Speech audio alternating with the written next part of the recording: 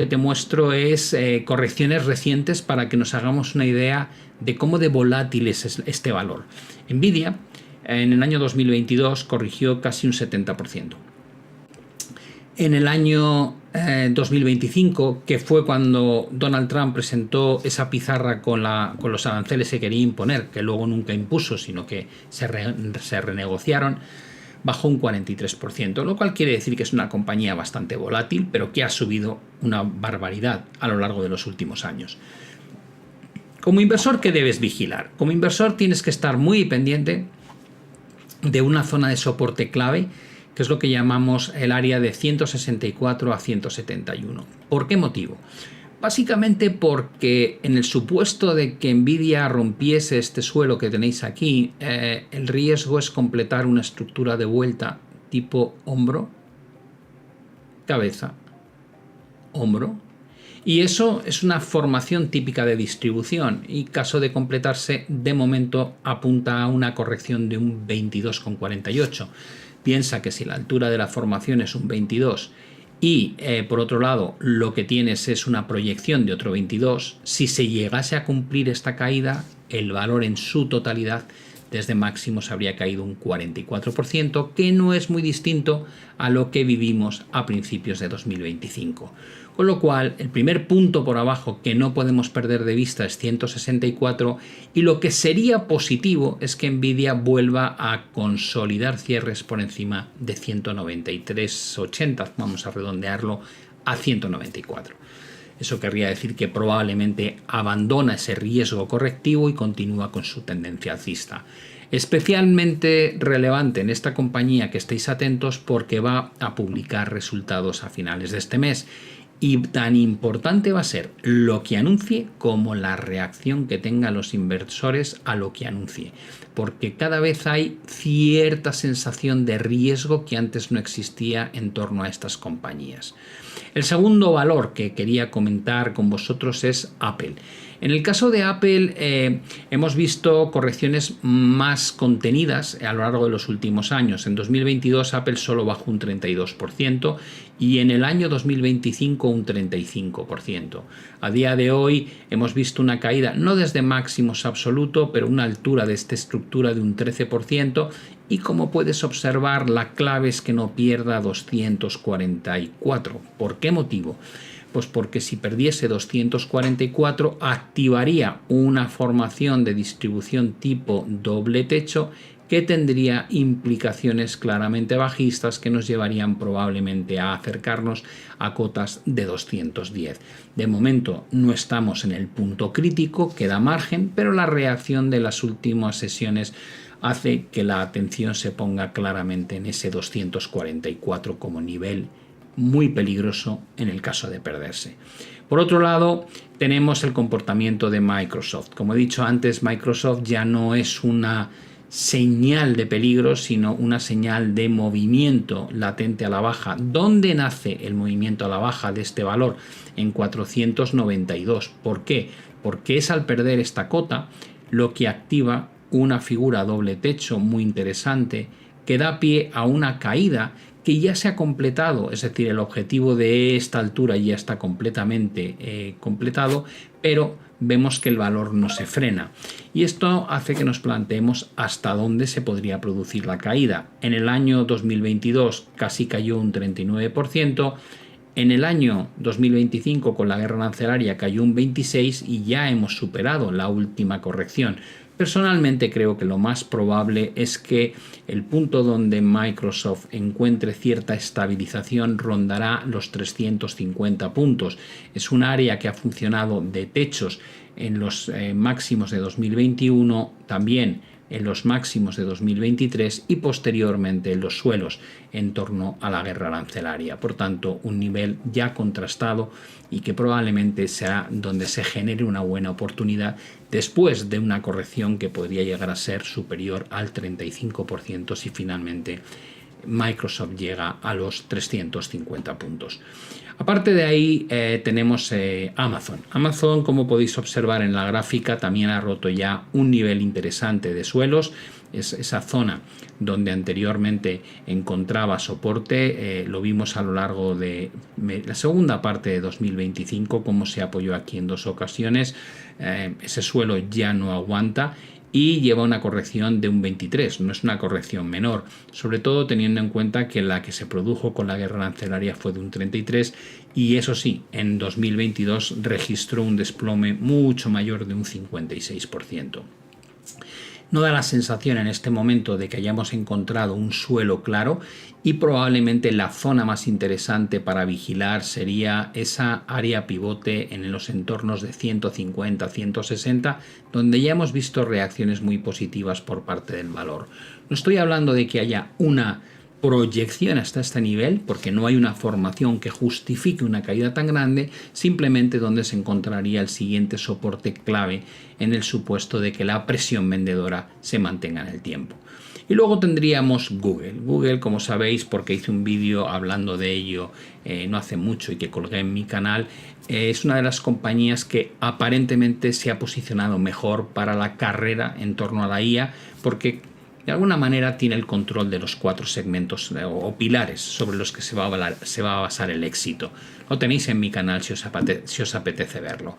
En el caso de Google, la primera corrección fue de un 45%. Y posteriormente en 2025 vimos una corrección de un 31%. Ahora mismo no hay ningún tipo de formación negativa, ni siquiera se ha perdido el último mínimo creciente. El último máximo ha sido también al alza. Creo que es absurdo plantear ahora mismo escenarios catastrofistas o muy delicados para Google, y desde ese punto de vista lo que tendría en cuenta es que la subida ha sido espectacular y que si hay una corrección hacia el 38-50% de Fibonacci, vamos a poner un área entre los 265 y los 245 puntos, probablemente tendría mucho sentido empezar a buscar oportunidades de rebote en el valor. Por otro lado, nos queda Meta y Tesla. En el caso de Meta tampoco detecto una estructura especialmente fea. Es cierto que es un valor que cuando corrige ha demostrado que puede corregir muchísimo. En el año 2022 cayó un 77%, es una auténtica barbaridad, y repitió con una corrección de un 35% en 2025.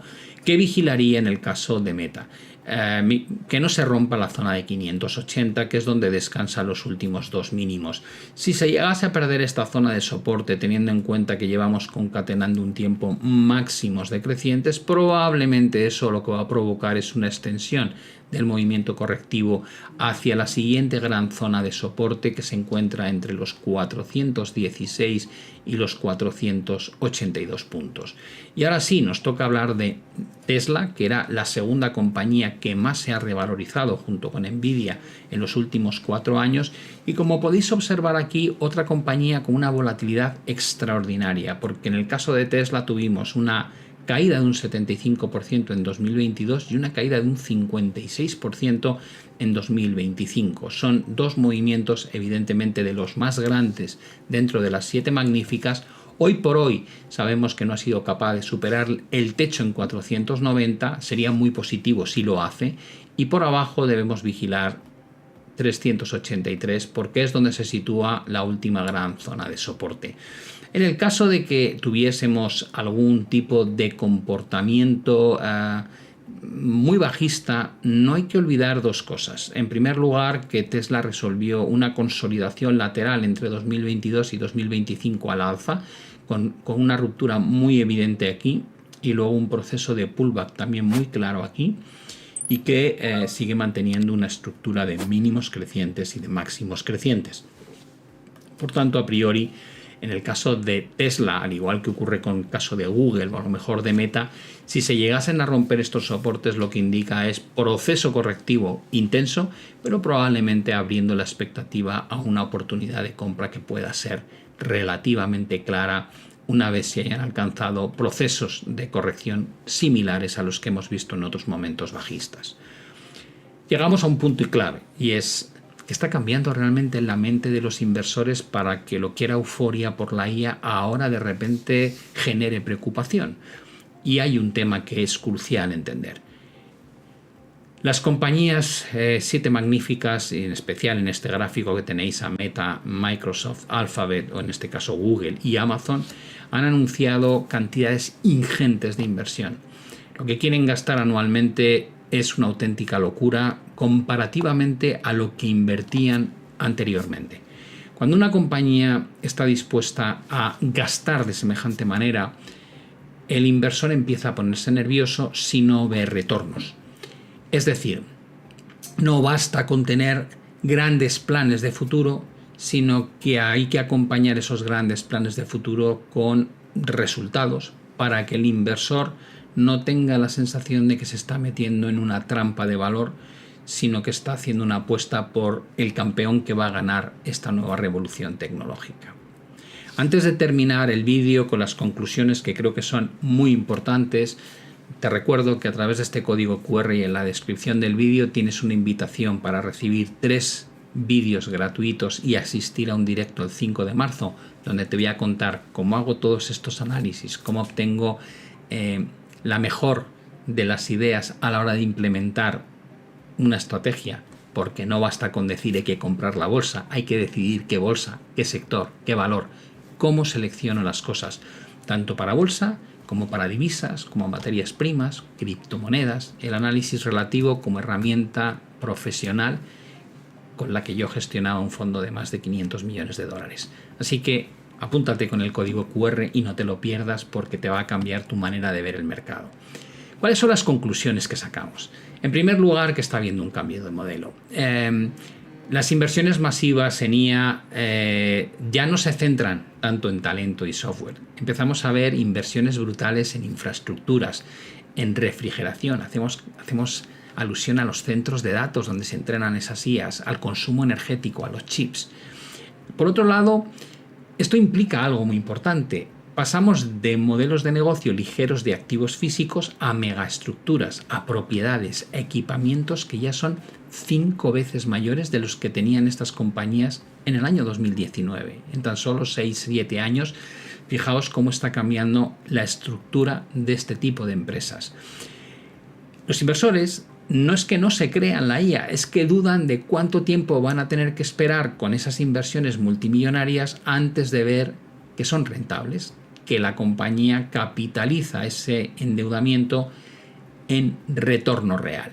Porque sí, hablo de endeudamiento. Si hace unos años estas compañías ganaban tal cantidad de dinero que simplemente utilizaban una parte del mismo para invertir, ahora invierten muchísimo más de lo que ganan. Y eso solamente se puede cubrir de una forma, con deuda.